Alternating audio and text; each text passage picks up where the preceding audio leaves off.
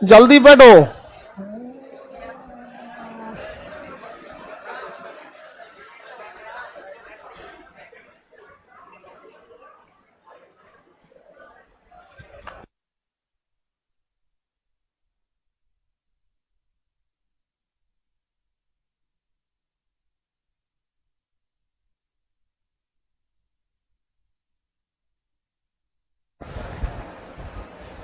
क्या हो गया बाबू?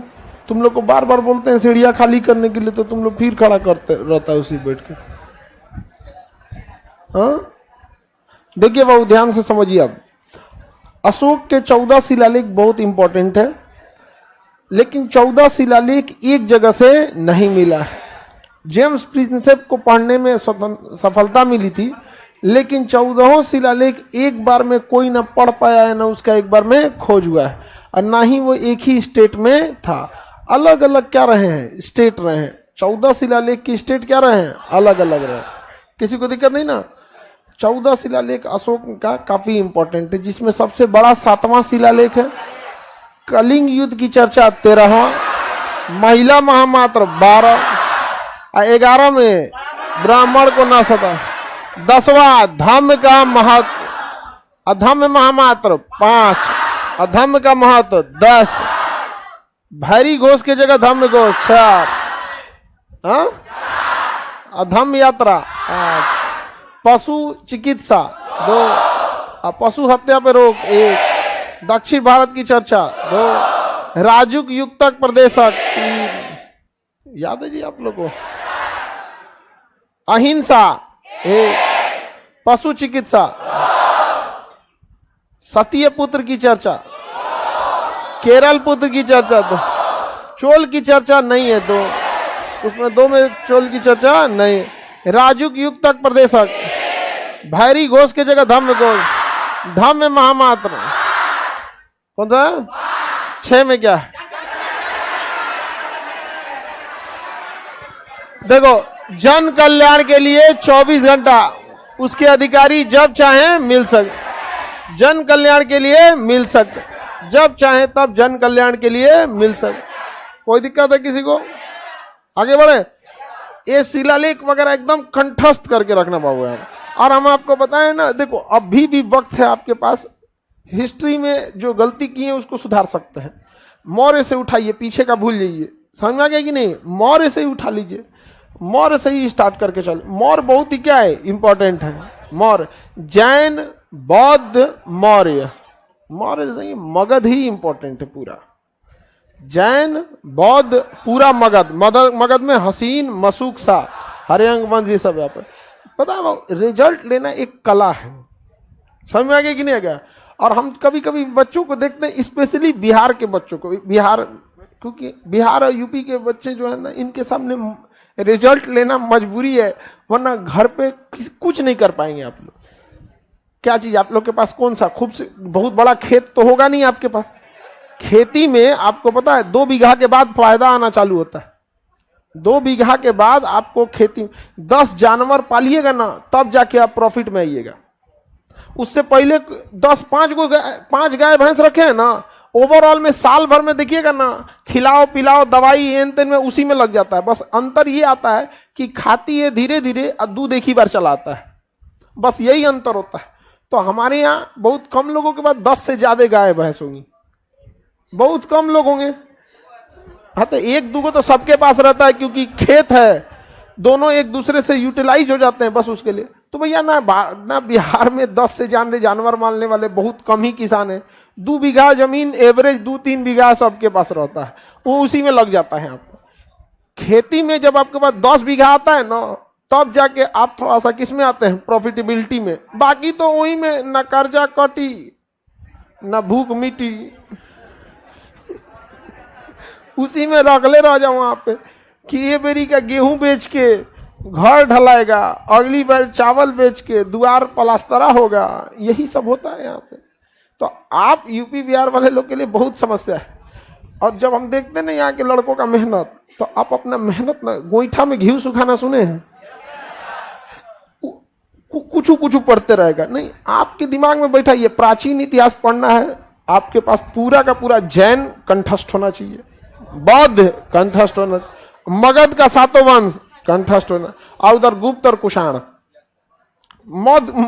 खत्म प्राचीन भारत खत्म। उसके बाद अगर आए ना आए कोई फर्क नहीं पड़ता। समझ में आ गया कि नहीं? अब हम लोग को है कि रियलिटी में ना कई चीजें हम लोग को आप लोग की बेवकूफ़ी की वजह से बताना पड़ता, वरना लड़का सब ना हिंदी मीडियम का स्पेशली कहता हाँ तरीका कौन चीज बताएं, इतना मैं खत्म कर दिया, उतने काम लायक था। भारत में बहुत सारे शिक्षकों ने ना, विद्यार्थी दो वजह से चौपट हुआ, एक एग्जाम की वजह से तो अलग बात है, कुछ शिक्षकों की विद्वता दिखाने के चक्कर में हो गया। एक से एक भारत में शिक्षक आए ना जो पढ़ाई को ना इतना ना जटिल बना दिए कि लड़के उन्हें श्रेष्ठ समझ सके, मतलब श्रेष्ठ दिखाने के चक्कर। अब एक बात बता, हम शॉर्टकट में बता देंगे भाई इतना ही इंपॉर्टेंट है, तो जो पढ़ने वाला लड़का होगा 10% वो तो खूब अरे तरीका कहता काम में काम खींच के खत्म कर दिए। यहाँ पे 90% कहेगा अभी मास्टर पढ़ा नहीं रहा है, तो लो भैया तुम पढ़ो, हमको क्या जाता है। हाँ अच्छा, बहुत बार आप लोग खुद जज किए होंगे, आपकी स्कूल लाइफ में अगर कोई नया टीचर आता होगा ना तो कहीं दाग देते होंगे इतना बड़ा क्वेश्चन। इतना तो ये कोई भी टीचर रहेगा ना, कोई भी टीचर इतना तो समझो अगर पढ़ाने आया है तो कुछ ना कुछ तो जानता होगा तभी आया होगा। कोई भी शुरुआत में ना, आज से 8-10 साल पहले जब हम लोग स्टार्ट किए थे ना, तो हम लोग भी ऐसे ऐसे नमूनों को बहुत देखे थे। हम उस समय भी इन नमूनों को इंटरनेट नहीं करते थे, हम कह बैठ जा, जब आएगा तो तुमको ऑटोमेटिक समझ में आ जाएगा। तो आप लोग हिस्ट्री में हर एक लड़का और हर एक लड़की बस एक गलती करती है। हिस्ट्री एक अथाह समुंदर है। अगर ये हम अगर मगध खत्म कर दिए, जैसे अगर मौर्य में चल रहे हैं, मौर्य वंश के शुंग पढ़ाएंगे, कर्ण और सातवाहन पढ़ाएंगे, फिर गुप्त में जाएंगे, कुषाण में जाएंगे, जहां ये पार कर गए फिर ये आपके बस का नहीं है। समझना गया? इतिहास पढ़ना मतलब बाघ का पूंछ पकड़ लेना। बाघ ज्यादा पीछे नहीं घूमता है, समझा गया?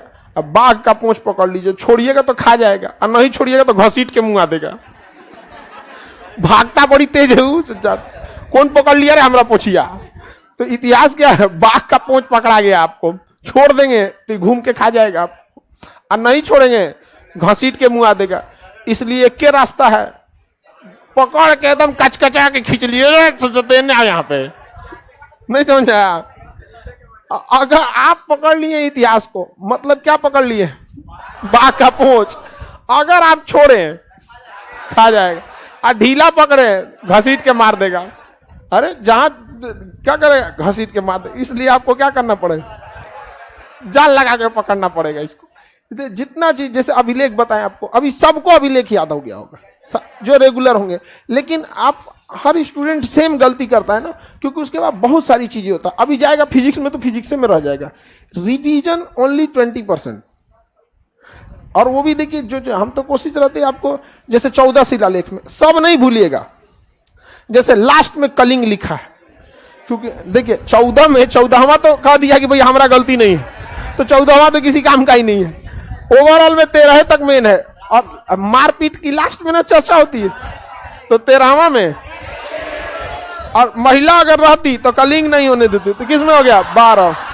11 को दक्षिणा होता है, किसे दिया जाता है? ब्राह्मण को। तो ब्राह्मणों को न सताएं। धम्म का महत्व, धम्म महामात्र, धम्म महामात्र। 9 से नवरात्रि याद रखिएगा। छोटे त्योहारों पे प्रतिबंध, छोटे त्योहारों पे प्रतिबंध, यही ना था जी। 8 में धम्म यात्रा थी, 8 में क्या है? 4 में धम्म, भारी घोष की जगह धम्म, सबसे बड़ा समन्वय, जब चाहे तब अधिकारी मिल सकते हैं। 6 कौन सा हो गया? 6 धम्म महामात्र। 14 में खूब से खूब 3-4 को भूलने वाला चीज है, जैसे 6 कभी कभी दिमाग पे नहीं आएगा, तो कुछ तरीका देख लीजिए। जैसे नवरात्रि त्योहार है ये, अब देखिए नवरात्रि है दशहरा, इसमें दशहरा बड़ा हो जाता है, तो 9 से नवरात्रि याद रखिए। उसने कहा कि छोटे त्योहारों पे क्या लगाया? प्रतिबंध। हालांकि नवरात्रि किसी कीमत पे कोई छोटा नहीं कह सकता जी, अब ये से तैयारी चालू हो गई है। आगे बढ़े तो त्योहार वगैरह भी भारत में एक अर्थव्यवस्था का चेन है, बहुत बड़ा अर्थव्यवस्था का क्या है? चेन है। जैसे अभी दुर्गा पूजा आ रहा है, अब देखिए जो मेला तो एक चीज है कि उसमें कुछ लोगों की मतलब जितना वो महीने में सामान बेचते होंगे उतना वो 1-2 दिन में बेच देते होंगे, लेकिन जितने मूर्तिकार हैं उसमें कितने लोगों को रोजगार मिलता है त्योहार वगैरह में। ईद में भाई जो कपड़ा नहीं हो खरीदता ईद में कपड़ा खरीद लेता है, सेवई वगैरह ले लेता है। होटल वाले का जो होटल नहीं हो चल रहा है सुबह के सुबह शहरी में पूरा दबा के चल जाता है। पटना में जितना ये अशोक राजपथ पे जाइएगा ना तो रमना रोड होगा और उधर सब्जी बाग होगा। रमजान के टाइम पे रातिया 2 बजे जाइएगा ना, रात को 2 बजे, दिन से ज्यादा आपको अच्छा लगेगा उसमें। रात 2 से 3 के बीच में वहां पे ना शहरी के लिए पूरा सड़क खाली रहती है, मेन सड़क छोड़ के गली तो खाली ही रहेगा ना।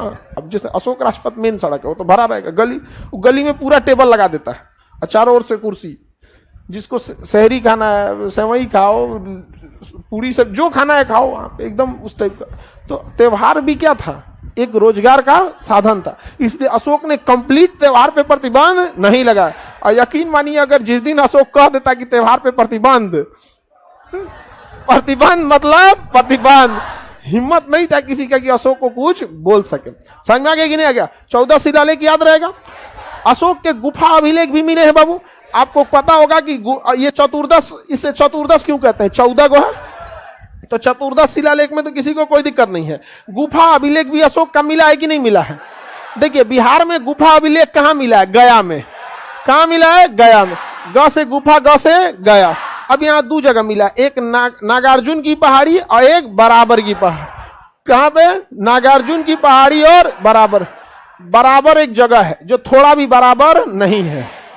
नागार्जुन 2 पहाड़ियां, एक बराबर एक नागार्जुन। बराबर की पहाड़ी में 4 गो गुफा, नागार्जुन की पहाड़ी में 3 गो गुफा। बराबर की पहाड़ी में 4 गुफा है।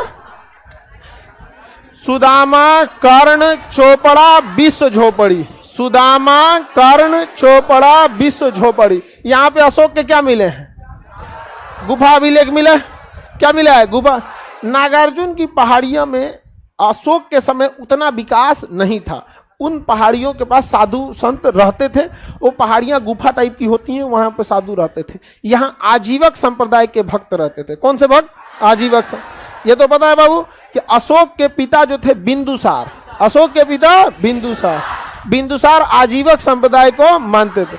अशोक के जो उत्तराधिकारी आया, कुणाल आया, दशरथ आया, तो अशोक का उत्तराधिकारी उसका बेटा कुणाल, फिर उसका बेटा दशरथ, लास्ट में आया बृहद्रथ। कौन आया? बृहद्रथ। ये कोनो होशियार नहीं था सब। तो अशोक का पोता, बेटा तो हो गया कुणाल, मतलब उत्तराधिकारी कुणाल। समझ? अरे कई गो पत्नी थी तो भैया बेटा कई गो होगा, याद रखिएगा। एक महेंद्र को तो भेज दिया कहाँ? श्रीलंका। 5 को पत्नी में सबसे प्रिय पत्नी, हाँ, कारुबाकी। तो इसका उत्तराधिकारी है कुणाल। कुणाल के बाद आया दशरथ। दशरथ ने देखा कुणाल ने कि भाई हमको तो कुछ ना कुछ तो करना चाहिए, तो उसने नागार्जुन की पहाड़ी में क्या बनवा दिया? गुफा। तो जो भी गुफा अभिलेख मौर्य काल में मिले, यानी मौर्य वंश के काल में, वो सारे के सारे गुफा अभिलेख कहाँ मिले? 2 पहाड़ी। कौन कौन? बराबर और नागार्जुन। याद रहेगा। अब अशोक के कुछ छोटे अभिलेख भी मिले, छोटे छोटे अभिलेख, छोटे पत्थर पे लिखवा दिया। तो अशोक कई जगह अलग अलग शहरों पे लिखवाया, तो कई छोटे शहरों में भी छोटे अभिलेख को भी किसने लिखवाया? Any problem? अशोक ने कुछ छोटा अभिलेख लिखवाया कि नहीं लिखवाया? अब छोटा अभिलेख देखा जाए, आप लोग को पीडीएफ मिला है मौर्य काल का?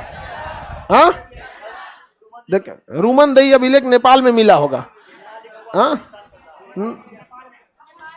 रूमनदेही नेपाल में होगा, सरायकुना होगा अफगानिस्तान में। यहाँ पे चलिए आगे बढ़े।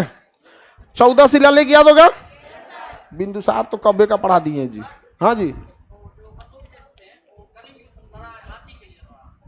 बोलो ना क्वेश्चन, किसके लिए लड़ाया? नहीं,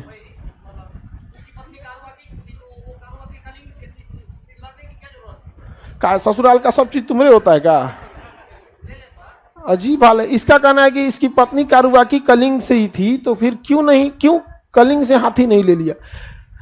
साम्राज्य, राजा के लिए क्या होता है? साम्राज्य होता है। साम्राज्य बड़ा होना चाहिए, केवल हाथी नहीं। हाथी उस एरिया का था, वो साम्राज्य इसलिए लेना चाहता था कि अगर ये साम्राज्य मिल जाएगा तो उसे योद्धा और हाथी दोनों मिल जाएंगे। समझ में आ गया कि नहीं आ गया? और पूरे कलिंग की एक छोटे से एरिया की रानी होगी कौन? तो इसका कहना है कि ससुराल में था ऐसे ही ले लेता, आपका जहां बिया होगा ऐसे ही मिल जाएगा। हाँ, साला सब जो होगा ना आपका आधा का कूच देगा सब यहाँ पे। हाँ, मार के थुथुर भुला देगा यहाँ पे। अब बेचारी की पत्नी कंफ्यूज हो जाएगी, मारा तो भाई वे, अब मने मन कहेगी कि बहुत खचरा भाई है मेरा, इनको भी मार दिया, पहिलका को भी मारा था।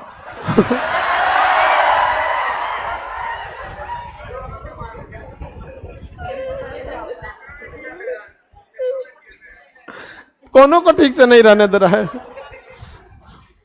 चलिए आगे बढ़े। अब देखिए छोटे अभिलेख, अशोक के स्तंभ लेख में कुछ छोटा, एक हो गया आपका रुमनदेही अभिलेख। कौन सा अभिलेख?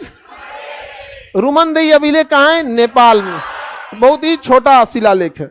देखिए ये शिलालेख क्या है? बहुत छोटा शिलालेख है। कौन सा नाम है? रुमनदेही। रुमनदेही अभिलेख कहाँ है? कहाँ है? नेपाल। यह एक ऐसा अभिलेख है जिसमें प्रशासन की चर्चा नहीं है बल्कि अर्थव्यवस्था की चर्चा है। किसकी चर्चा है? अर्थव्यवस्था। कितने लोग बताएंगे? महाअभिलेख किसका है?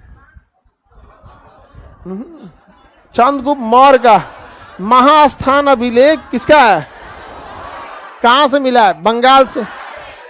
शाहगौर अभिलेख किसका है? चंद्रगुप्त मौर्य। अरे पढ़ा दिए बकलोलवा। शाहगौर अभिलेख चंद्रगुप्त मौर्य का है, गोरखपुर से मिला है। इतना जल्दी भूलेंगे लोग तो काम होगा जी। रुमनदेही कहाँ है? नेपाल। रुमनदेही अभिलेख नेपाल। सरायकुना अभिलेख अफगानिस्तान। इसमें है कि नहीं जी सरायकुना? सरायकुना अभिलेख।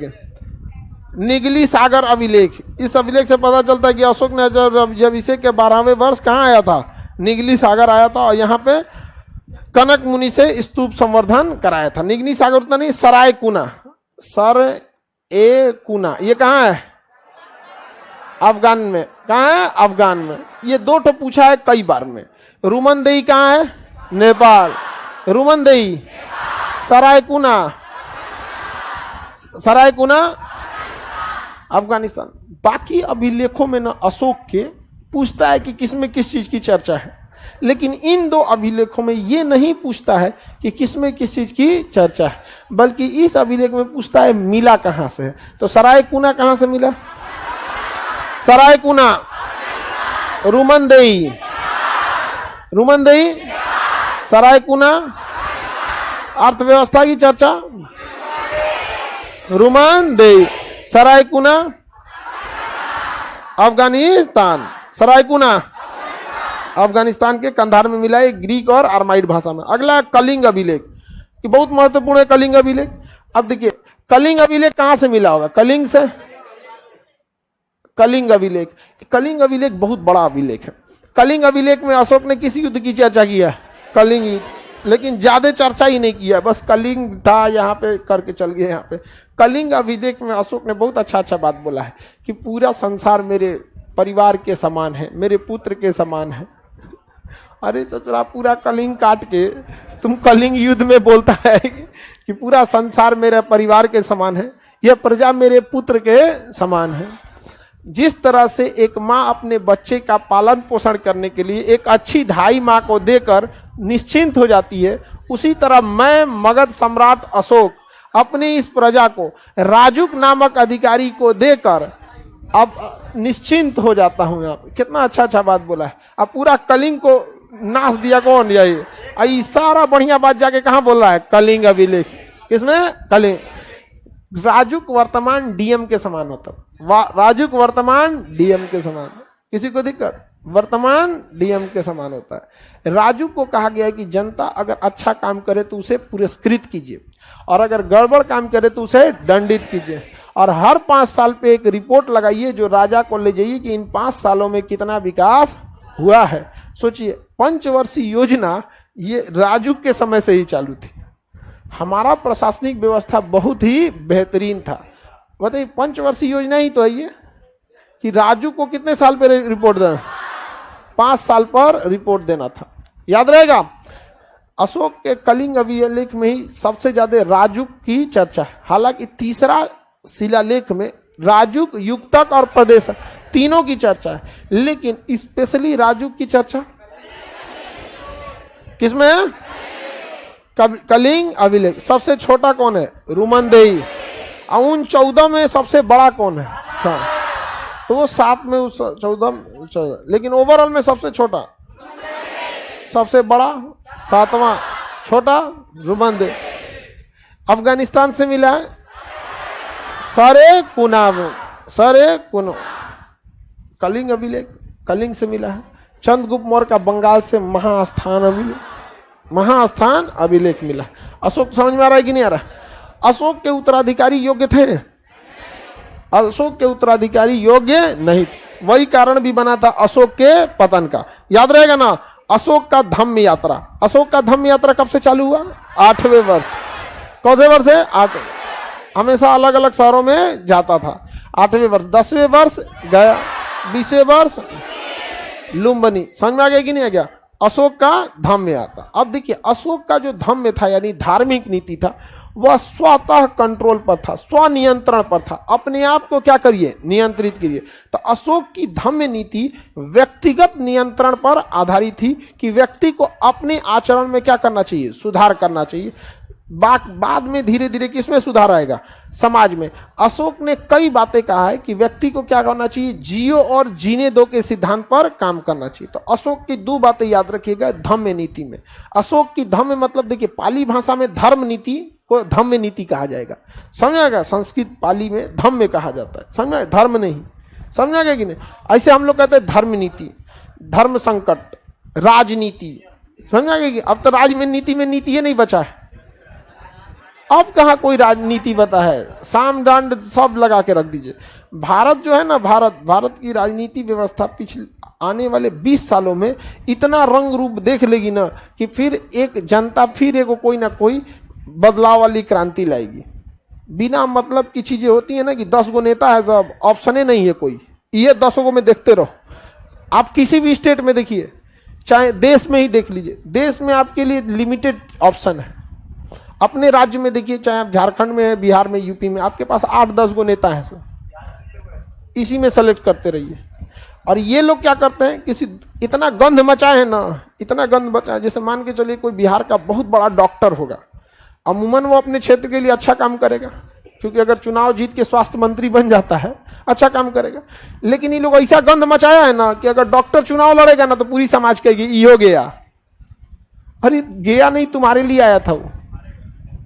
अब पब्लिक उसको वैल्यू नहीं देती है। पब्लिक को जानते हैं क्या चाहिए? ऐसा नेता जो फॉर्च्यूनर स्कॉर्पियो से निकले 5 साल में एक बार, इनका पैर छुए 500 रुपया दे चल जाए। हाँ, ब्राह्मी देखिए, इंडिया से जितना मिलेगा सब किस में मिलेगा? ब्राह्मी। नेपाल भी उस समय कैसा था? भारत के बाहर जितना मिलेगा वो कौन सा मिलेगा? आर्माइड, ग्रीक और आर्माइड। और यूरोप से जो मिलेगा ग्रीक। अब अफगानिस्तान भारत में नहीं, किस में जाएगा? आर्माइड में। और रुमनदेही किस में है? नेपाल में। नेपाल में, भारत में तो नहीं है।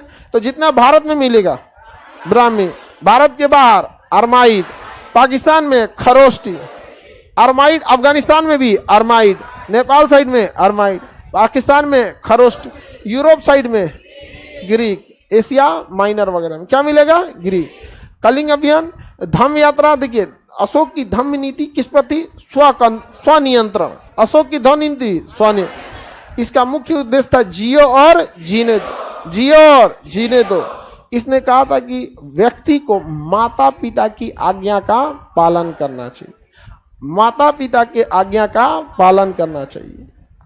भिक्षुक और ब्राह्मण का आदर करना चाहिए, उनकी आज्ञा का पालन कीजिए, इनका आदर कीजिए। भिक्षुक और ब्राह्मण, इनका क्या कीजिए? आदर कीजिए। देखिए बौद्ध धर्म में तो सब भिक्षुक ही हो गए, जैन धर्म में भी भिक्षुक, और कहा जाता है ब्राह्मण का धन भिक्षा। समझ में आ गया कि नहीं? तुम लोग पंडित जी पूजा पाठ वाले कम्मे में लेके करा दिया करो तुम लोग। हाँ, तो ब्राह्मण और भिक्षु का क्या करना चाहिए? आदर। ब्राह्मण और भिक्षु का आदर। माता पिता की आज्ञा का पालन, वहां आज्ञा का पालन करना है, यहाँ आदर का।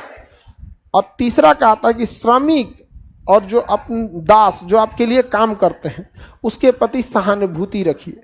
श्रमिक और दास इनके प्रति क्या रखिए? सहानुभूति। श्रमिक और दास क्या रखना है? सहानुभूति क्या रखना है? सहानुभूति रखना है। समझा क्या? अभी देखिएगा दिवाली आ रहा है, एक से एक प्रचार आएगा कि बड़ी मालकिन नौकरानी के लिए कोई गिफ्ट दे रही है, कोई छुट्टी दे रही है, कोई कुछ कर रही है। समझ में आ गया कि नहीं आ गया यहाँ पे? तो ये सब आदर का भाव भी रखना चाहिए, किसी को कोई दिक्कत नहीं है। तो 3 नियम दिए थे। माता पिता का आज्ञा का पालन, माता पिता की आज्ञा का पालन, भिक्षुक और ब्राह्मणों का आदर करना चाहिए, श्रमिक और दास का सहानुभूति, उसकी मजबूरी समझनी चाहिए, सहानुभूति रखनी चाहिए। मजदूर जो होते हैं लोग ना, जो शरीर से मेहनत करते हैं, शरीर से मेहनत, जैसे ईंटा ढोने वाला हो गया, ये हल चलाने वाला हो गया, या फिर मतलब ये आपका रिक्शा चलाने वाला, जो शरीर से मेहनत करता है, तो वास्तव इसमें ज्योतिष विज्ञान में कहा गया है कि ये शनि देवता के प्रतिनिधि होते हैं। शनि देवता का ये सब लोग स्टाफ है लोग। किसका? शनि देवता। तो शनि देवता का प्रतिनिधि कौन करता है? श्रमिक, जो शरीर से मेहनत करता है। अब और मतलब जैसे कोई जहाज चला रहा है तो शरीर से थोड़े चला रहा है, वो तो टेक्नोलॉजी से चला रहा है, नहीं समझे? लेकिन जो शरीर से डायरेक्ट मेहनत करता है वो किसका स्टाफ है? उसका प्रतिनिधि कौन करता है? शनि देव। अगर ज्यादा उसको सताएंगे, अगर जो शनि देव देख लिए,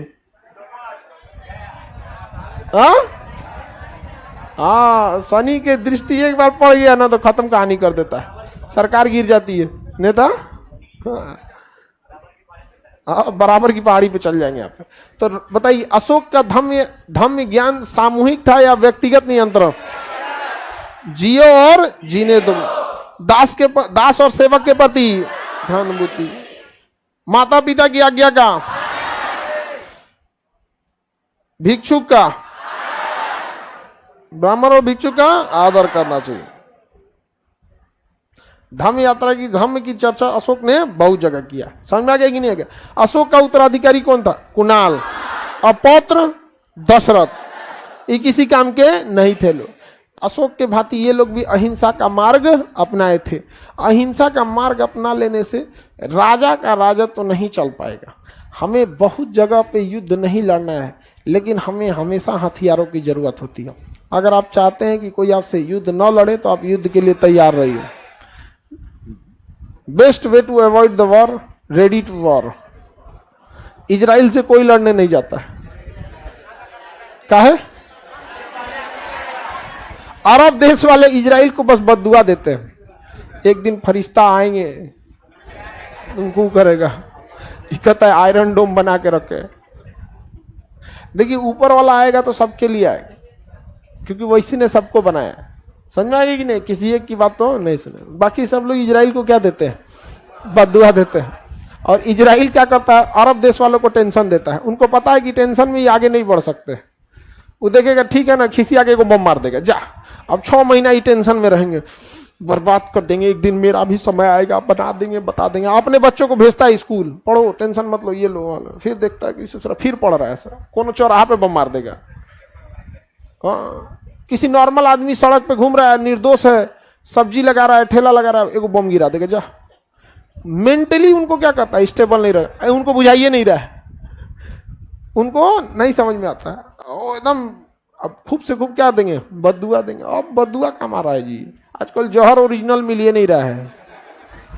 हाँ, आगे बढ़े तो बताइए, अशोक के उत्तराधिकारी योग्य थे? अशोक के उत्तराधिकारी योग्य नहीं थे।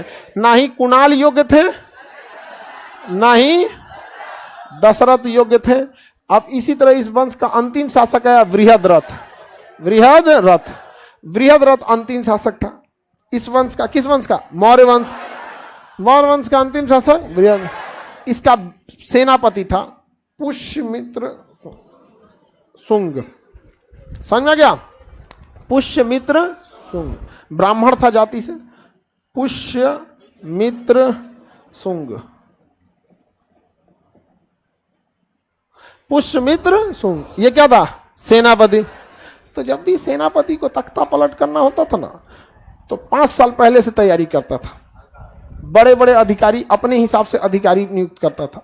जो जैसे सेनापति का काम है पूरी सेना को नियुक्त करना, अब उस सेना का ही एक टुकड़ी जो रहेगी राजा का विशेष सुरक्षा रहेगा, तो उसका जो कमांडर रहेगा सेनापति अपने हिसाब से रखेगा।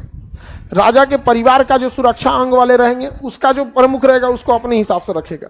हथियार का जो अध्यक्ष रहेगा कि हथियार किसके अंडर में रहेगा वो अपने हिसाब से। जितने बड़े बड़े पद पे ना सेनापति अपने हिसाब से अधिकारियों को नियुक्त कर देगा। और जब पूरा देख लेगा माहौल ठीक है तब निपटाएगा किसको? राजा को, कि बगावत कहीं से होगबे नहीं करे, बगावत नहीं हो। अब बृहद्रथ जो थे इनको पता नहीं था कि पुष्यमित्र सुंग जो है इतना षड्यंत्र रच चुका है इनको। ये ले आया सेना का परेड दिखाने के लिए। क्या ये जैसे 26 जनवरी में कैसे परेड होता है, चलिए परेड दिखाते हैं। एक नई सेना बनाए हैं, बहुत खतरनाक भाला मारती है। तो कहे अरे भाला वाला भी सेना बना दिए। कहे सर एकदम जरूरी था, ये तलवार पासे से मारता था, भाला है 12 फीट दूरे से घोंप दिए, यहाँ पे बहुत जबरदस्त भाला सिखाता है। तो परेड देख रहे थे जाके, जय हिंद, दाहिने मुड़ बाएं मुड़, ये दाहिने मुड़ बाएं मुड़, बीच में गया तो घोंप दिया, जा चिड़िया उड़ मार दिया किसको? बृहद्रथ को। दाहिने मुड़ बाएं मुड़, तेज चल, ऊपर जो, मार दिया किसको? बृहद्रथ। मौर्य वंश का क्या कर दिया? अंत कर, मौर्य वंश का अंत। तो आप अगर ध्यान से देखेंगे तो मौर्य वंश बहुत ज्यादा कहां चला? मौर्य वंश का शुरुआत चंद्रगुप्त मौर्य ने किया, अपने चल गई कहां पर? श्रावण बेल गोला। इनका बेटा बिंदुसार, इनका बेटा अशोक। बस यहीं तक तो ठीक ठाक था, अशोक तक ही क्या था? ठीक ठाक था। यही तो एक मेन था यहाँ पे, और एक ये था। इसीलिए तो बिंदुसार को कहते हैं कि ये पिता का पुत्र और पुत्र का पिता था। मतलब ये अपन इसका कोई विशेषता नहीं था, शराब वराब मंगले था बस। हाँ, अंजीर, शराब, दार्शनिक, गाना वाना खूब सुनता था ये। समझ में गया कि नहीं? नाना पे गया था ये किस पे गया था? नाना। क्योंकि बिंदुसार के पिताजी चंद्रगुप्त मौर्य, इसकी पत्नी दूरधरा, और दूरधरा के पिता धनानंद, धनानंद इन नाती पे चल गया। नाना और नाती कैसे हो गया था? एक कहां पड़ा था ये? नाती पे। तो कभी कभी लोग होता है कि नाना पे चल गया था वो। बिंदुसार किस पे चल गया था? नाना पे चला गया। आगे बढ़े।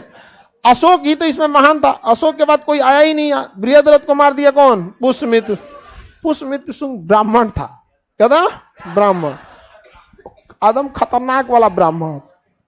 समझा गया कि नहीं गया? और इसने कहा कि यार बहुते हो गया मौर्य वंश में, बौद्ध धर्म ये बौद्ध धर्म वो का, जितना स्तूप बना सब तुड़वा दो। बौद्ध धर्म को रोकने में जो एक सबसे बड़ा डिस्क ब्रेक का काम किया था किसने? बहुते स्तूप तुड़वा दिया।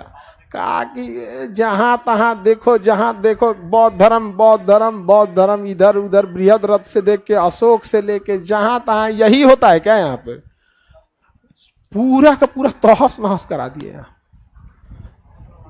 पुष्यमित्र समझ में आ गया? तो बौद्ध धर्म का जो विकास हो रहा था उसको अचानक किसने रोका था? पुष्यमित्र। समझ में आ गया कि नहीं? ये विदिशा का था, मध्य प्रदेश के पास। मध्य प्रदेश में विदिशा एक जगह है, मध्य प्रदेश में है विदिशा। आप में लाइव में तो मध्य प्रदेश वाले होंगे, यहाँ तो पटना में तो मध्य प्रदेश के कम ही लड़के होंगे। कोई है आप में मध्य प्रदेश का? कौन सा जिला के हैं आप? सुनाई नहीं। बच जाओ। इंदौर। अरे यार तुम तो एकदम साफ शहर से एकदम। इंदौर सबसे साफ सुथरा शहर है, अब पटना रैंकिंग में सबसे पीछे है। बेचारे को कैसा लग रहा होगा? तो बताइए मौर्य वंश का अंत किसने किया था? पुष्यमित्र। किसने किया? पुष्यमित्र। अब बौद्ध धर्म का पूरा नाश दिया किसने? पुष्यमित्र सुन। अब वापस इसने ब्राह्मण धर्म को क्या कर दिया, स्थापित कर दिया। मौर्य वंश के पतन का सबसे बड़ा कारण अगर कुछ था तो अशोक के उत्तराधिकारी का योग्य न होना। हालांकि कई कारण थे, लेकिन उत्तराधिकारी का योग्य न होना, बौद्ध धर्म पर इतना पैसा खर्च करना कि राजकोष में पैसा घट जाना। अब राजकोष में पैसा क्या हो गया, घट गया है।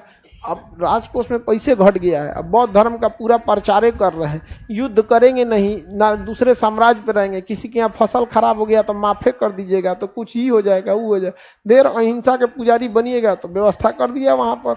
और धीरे धीरे क्या हो गया, व्यवस्था करते। तो बौद्ध धर्म के अत्यधिक प्रचार से बाकी लोगों का भी मन उब गया, किससे, राजा से, और अधिकारी और सेना का भी मन उब गया। देखिए धर्म एक ऐसा चीज है ना कि आपका जो है वो आप ही को अच्छा लगेगा। दूसरे धर्म में कितनो अच्छी बात रहेगी ना, आप ध्यान से सुनबो नहीं करते, समझ आएगी ना गया यहाँ पे। और उटपटांग चीज, कई लोग तो है ना कि अपना धर्म अच्छा बताते हैं, दूसरे का खराब बताते हैं, समझ में कि नहीं आ गया।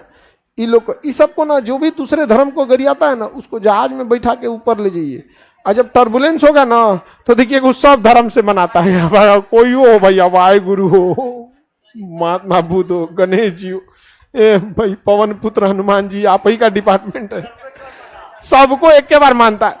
उस समय वो किसी को नहीं गरियाता है, क्या पता किस डिपार्टमेंट का इस पर रडार पे होगा यहाँ पे। और जैसे जमीन पे उतरेगा ना, तब देखिए यहाँ पे, नहीं समझा। तो जितना ज्यादा डरे रहेंगे ना, उतना ज्यादा रिस्पेक्ट करिएगा। इसका मतलब डर बहुत जरूरी है। और कहावत कहा जाता है, भय बिना प्रीत कहाँ। जब डर खत्म हो जाता है ना, तो प्रेम भी खत्म होने लगता है। इसलिए डर बना के रखना जरूरी है। डर, इंसानियत, जरूरत, ये तीन चीजें ना रिश्तों के लिए बहुत जरूरी होता है। समझ में आ कि नहीं क्या।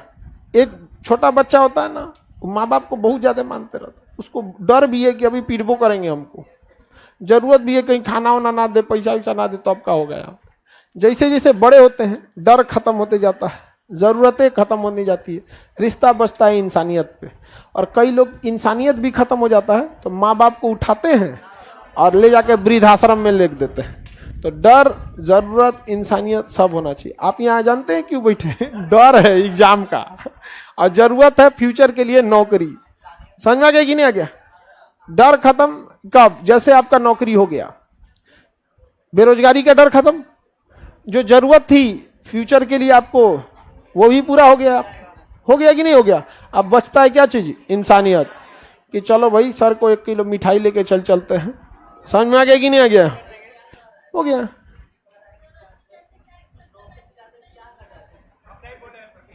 उसका कभियो नहीं होगा, उसका होना बड़ी मुश्किल है। चलिए आगे बढ़े। तो